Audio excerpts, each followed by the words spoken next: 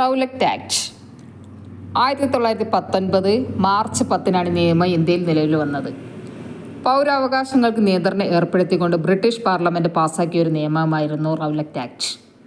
ഇന്ത്യക്കാരുടെ പ്രവർത്തനങ്ങൾ വിലയിരുത്താനും പുതിയ നിയമങ്ങൾ രൂപീകരിക്കാനും വേണ്ടി 1919 റൗലറ്റ് കമ്മിറ്റി രൂപീകരിക്കുന്നു.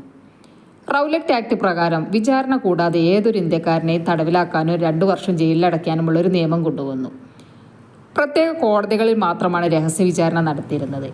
ഈ റവല്യൂഷണറി ക്രൈം ആക്ട് പ്രകാരം വിചാരണ കൂടാതെ അനിശ്ചിതകാലത്തേക്ക് തടവിലിടാമായിരുന്നു.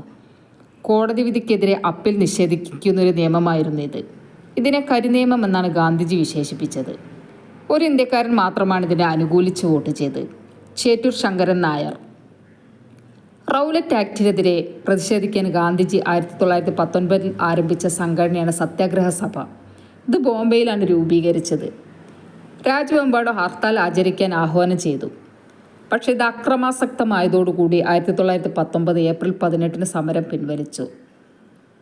സർ സിഡ്നി റൗലറ്റ് അധ്യക്ഷനായ കമ്മിറ്റിയാണ് റൗലറ്റ് ആക്ട് പാസാക്കിയത്.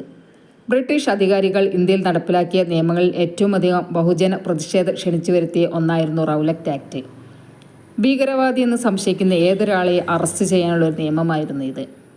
സ്വാതന്ത്ര്യ സമരവുമായി ബന്ധപ്പെട്ട പ്രതിഷേധങ്ങളെ ഫലപ്രദമായി നേരിടുന്നതിനുള്ള ഒരായുധമായിരുന്നു ബ്രിട്ടീഷ് അധികാരികൾക്ക് ഈ നിയമം.